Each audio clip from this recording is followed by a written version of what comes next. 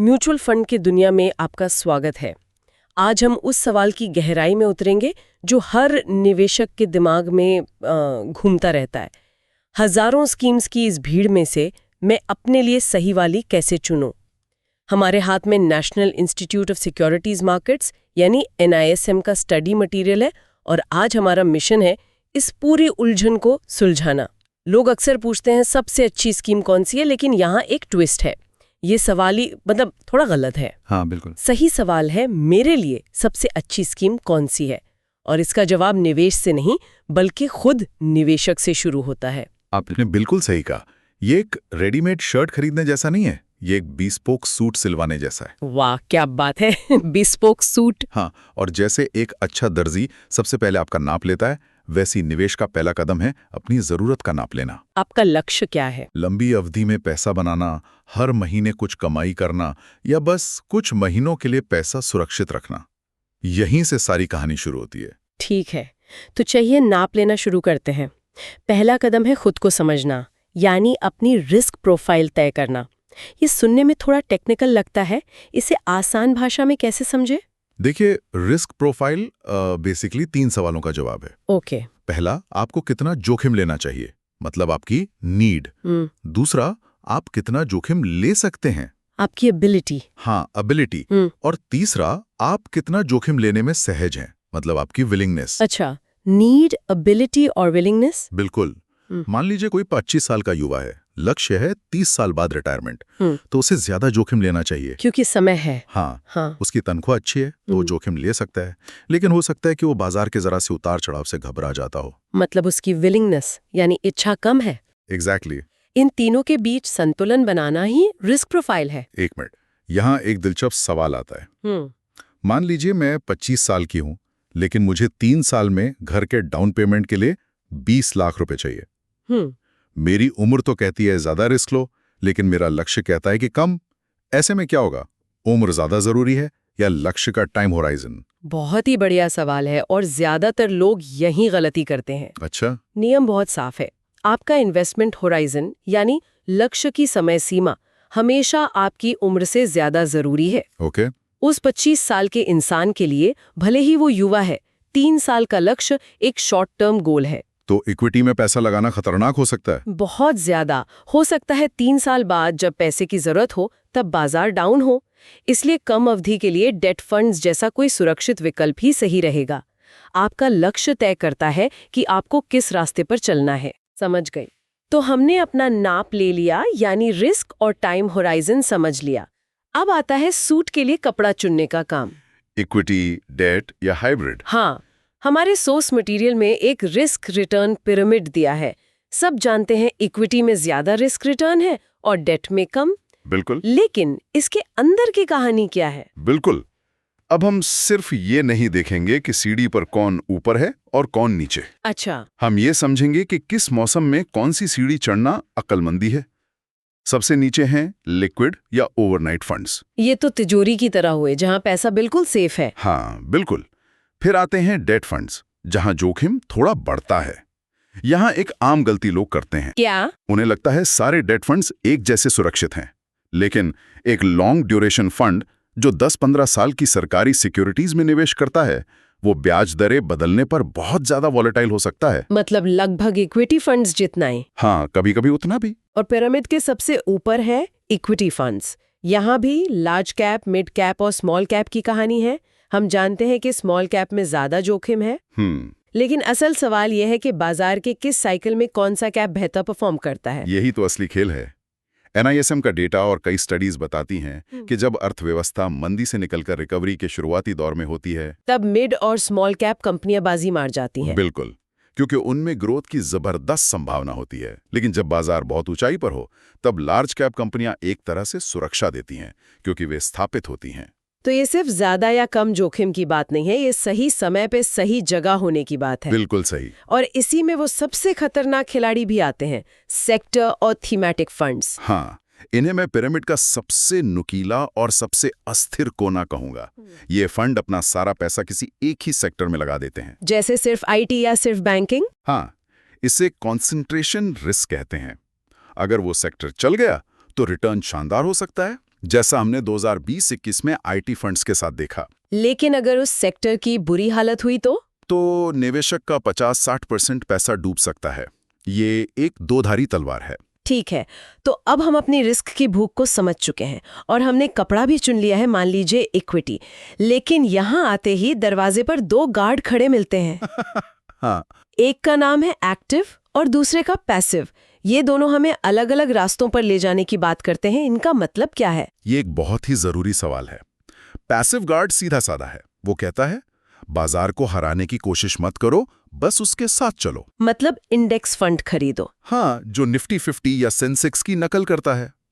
इसमें दिमाग नहीं लगाना, इसलिए इसकी लागत, जिसे हम एक्सपेंस रेशियो कहते हैं, बहुत कम होती है। और एक्टिव गार्ड? एक्टिव गार्ड थोड़ा स्मार्ट और महत्वाकांक्षी है। वो कहता है मैं बाजार से बेहतर कर सकता हूं। या एक फंड मैनेजर होता है जो रिसर्च करके कंपनियां चुनकर इंडेक्स से ज्यादा रिटर्न बनाने की कोशिश करता है और इस मेहनत के लिए ज्यादा फीस लेता है। बिल्कुल। अब दिलचस्प बात यह है कि स्टडीज दिखाती हैं कि भारत जैसे उभरते बाजार में एक अच्छे एक्टिव फंड मैनेजर के लिए अल्फा यानी बेंचमार्क से ज्यादा रिटर्न बनाना थोड़ा आसान होता है। तो फिर तो एक्टिव फंड ही बेहतर हुए। यहीं पर कहानी में ट्विस्ट है। चुनौती ये है कि 10 में से सिर्फ 2-3 एक्टिव फंड ही लगातार ऐसा कर पाते हैं। अच्छा। बाकी या तो बेंचमार्क के बराबर प्रदर्शन करते हैं या उससे भी खराब, और फीस भी ज्यादा लेते हैं। तो सवाल ये है कि क्या आप उन 2-3 चैंपियंस को ढूंढ सकते हैं? मुश्किल है। अगर नहीं, तो पैसिव फंड एक बहुत ही समझदारी भरा विकल्प है। और इसी में ओपन एंडेड बनाम क्लोज एंडेड का भी एक चुनाव आता है। इसका क्या मतलब है? इसका सीधा संबंध लिक्विडिटी से है। पैसे निकालने की आजादी। हाँ, ओपन एंडेड स्कीम्स एक खुले दरवाजे की तरह हैं। आप जब चाहे पैसा लगा सकते हैं, जब चाहे निकाल सकते हैं। 99% स्कीम्स यही होती हैं। और क्लोज एंडेड? वो एक फिक्स्ड डिपॉजिट की तरह हैं, जिनका 3 या 5 साल का लॉक इन होता है। आप सिर्फ एनएफओ के समय पैसा लगा सकते हैं। लेकिन अगर मुझे लॉक इन के बीच में पैसे की जरूरत पड़ गई तो? तब आपको उसे स्टॉक एक्सचेंज पर किसी और को बेचना होगा। और यही समस्या आती है। क्या समस्या? जब क्लोज एंडेड फंड्स की बात आती है तो मुझे 2017 के वो इंफ्रास्ट्रक्चर एनएफओज याद आते हैं। लोगों ने पैसा लगाया, लेकिन जब बाजार में लिक्विडिटी की कमी हुई तो वे स्टॉक एक्सचेंज पर अपनी नैव से 20-30% के डिस्काउंट पर ट्रेड हो रहे थे। मतलब 10 रुपए की चीज 7 रुपए में बेचनी पड़ रही थी। बिल्कुल। यहाँ लिक्विडिटी का असली महत्व समझ आता है। वाह, ये तो बहुत बड़ा रिस्क है। चलिए मान लेते हैं कि किसी ने एक active open ended large cap equity fund में निवेश करने का फैसला किया। ठीक है। अब असली सिरदर्द शुरू होता है। बाजार में 40 अलग अलग एएमसी के लार्ज कैप फंड है। इनमें से किसी एक को कैसे चुने? बिल्कुल, और ज्यादातर निवेशक यहीं आकर अटक जाते हैं। इसके लिए हमें कुछ पैरामीटर्स की एक चेकलिस्ट बनानी होगी। तो पहला पैरामीटर क्या है? जाहिर है परफॉर्मेंस। हाँ, लेकिन प्रदर्शन देखने का एक सही तरीका होता है। लोग गलती ये करते हैं कि वो सिर्फ पिछले 1 साल का रिटर्न देखते हैं और जो टॉप पर होता है उसमें पैसा लगा देते हैं। हाँ, ये वैसा ही है जैसे किसी एक T20 मैच की सेंचुरी देखकर किसी खिलाड़ी को टेस्ट टीम में चुन लेना। सही बात है। आपको देखनी है कंसिस्टेंसी। कम से कम 3, 5 और 10 साल का प्रदर्शन देखें। और सिर्फ पॉइंट टू पॉइंट रिटर्न नहीं, बल्कि रोलिंग रिटर्न्स देखें। 1 मिनट, ये रोलिंग रिटर्न्स क्या होता है? इसे ऐसे समझिए, मान लीजिए आप जनवरी 2020 से जनवरी 2023 तक का 3 साल का रिटर्न देखते हैं। हो सकता है वो 18% हो। ठीक है।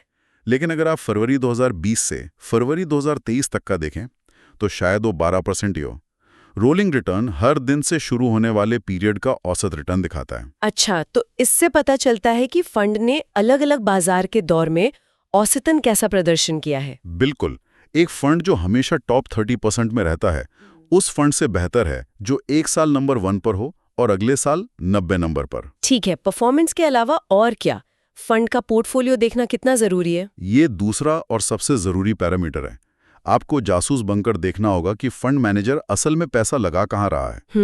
क्या एक लार्ज कैप फंड सच में लार्ज कैप स्टॉक्स में ही पैसा लगा रहा है या चुपके से मिड कैप में ज्यादा पैसा लगाकर जोखिम बढ़ा रहा है? और कॉन्सेंट्रेशन रिस्क? हाँ, कहीं किसी एक स्टॉक या सेक्टर में बहुत ज्यादा पैसा तो नहीं लगा है।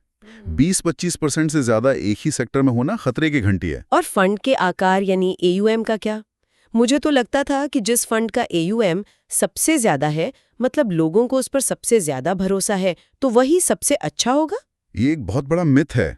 बहुत बड़ा आकार खासकर मिड कैप और स्मॉल कैप फंड्स के लिए एक बाधा बन सकता है। बाधा कैसे? इसे बड़ा जहाज छोटी नदी की समस्या समझिए। एक 50,000 करोड़ का स्मॉल कैप फंड जब किसी छोटी कंपनी में निवेश करने जाता है तो वो इतनी बड़ी मात्रा में शेयर खरीदता है कि उस शेयर का दाम खुद ब खुद बढ़ जाता है। बिल्कुल, और जब वो बेचता है तो दाम गिर जाता है। इससे उसका प्रदर्शन प्रभावित होता है। अच्छा। वहीं बहुत छोटा 100-200 करोड़ का फंड भी ठीक नहीं, क्योंकि उसके खर्चे पूरे नहीं हो पाते। दिलचस्प है।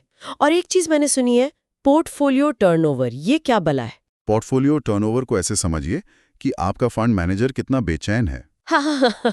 अगर टर्नओवर 100% है तो इसका मतलब है कि उसने साल भर में अपना पूरा पोर्टफोलियो खरीद बेचकर बदल दिया। इससे क्या समस्या है? 2 समस्याएं हैं।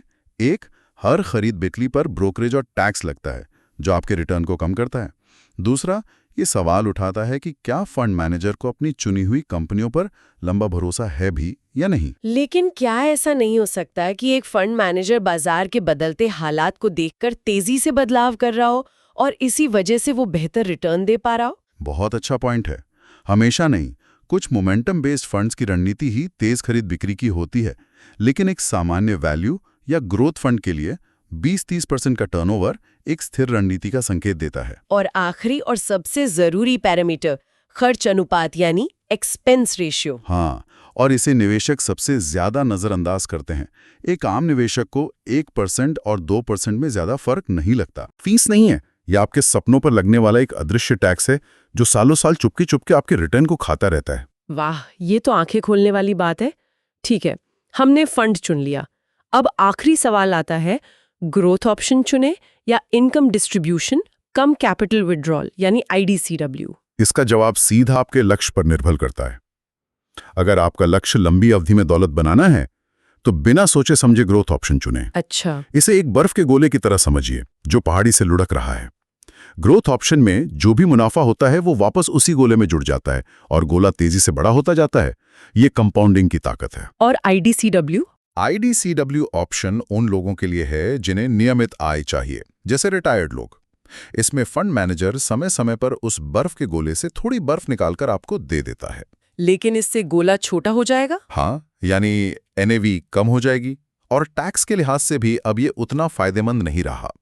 तो इस पूरी चर्चा का सार क्या है?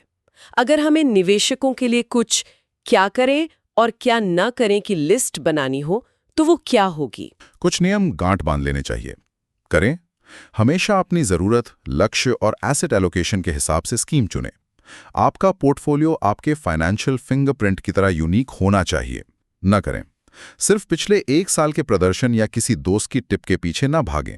ये निवेश की सबसे बड़ी गलती है। बिल्कुल। करें, स्कीम इंफॉर्मेशन डॉक्यूमेंट यानी SID को ध्यान से पढ़ें। थोड़ा बोरिंग हो सकता है, लेकिन आपकी मेहनत की कमाई का सवाल है। न करें। एग्जिट लोड और टैक्स जैसे शुल्कों को नजरअंदाज न करें। ये आपके हाथ में आने वाले रिटर्न को कम करते हैं। तो कुल मिलाकर सही म्यूचुअल फंड चुनना कोई रॉकेट साइंस नहीं है, लेकिन ये जल्दबाजी में लिया गया फैसला भी नहीं होना चाहिए। मतलब गाड़ी कौन सी लेनी है, ये सोचने से पहले ये सोचना जरूरी है कि ड्राइवर कैसा है और उसे जाना कहाँ है। बिल्कुल, सारी कहानी वहीं से शुरू होती है। और एक अंतिम विचार बताइए। आजकल कई रिसर्च एजेंसियां फंड्स को 5 स्टार, 4 स्टार जैसी रेटिंग्स देती हैं। ये एक अच्छा शुरुआती बिंदु हो सकता है, लेकिन ये सिर्फ गाड़ी के रियर व्यू मिरर को देखने जैसा है। मतलब ये अतीत का विश्लेषण है, भविष्य का अनुमान नहीं। सही। एक निवेशक के लिए असली चुनौती ये है कि वो इन रेटिंग्स को अंतिम सच मानने के बजाय आज चर्चा किए गए सिद्धांतों के आधार पर अपना विश्लेषण करें। जरा सोचिए, किसी 5 स्टार रेटिंग पर आंख बंद करके भरोसा करने और ये ना समझने में कि उसे वो रेटिंग क्यों मिली, क्या जोखिम है? हो सकता है उस फंड ने बहुत ज्यादा जोखिम लेकर वो रिटर्न कमाया हो जो आपके रिस्क प्रोफाइल से मेल ही नहीं खाता। ये सोचने वाली बात है।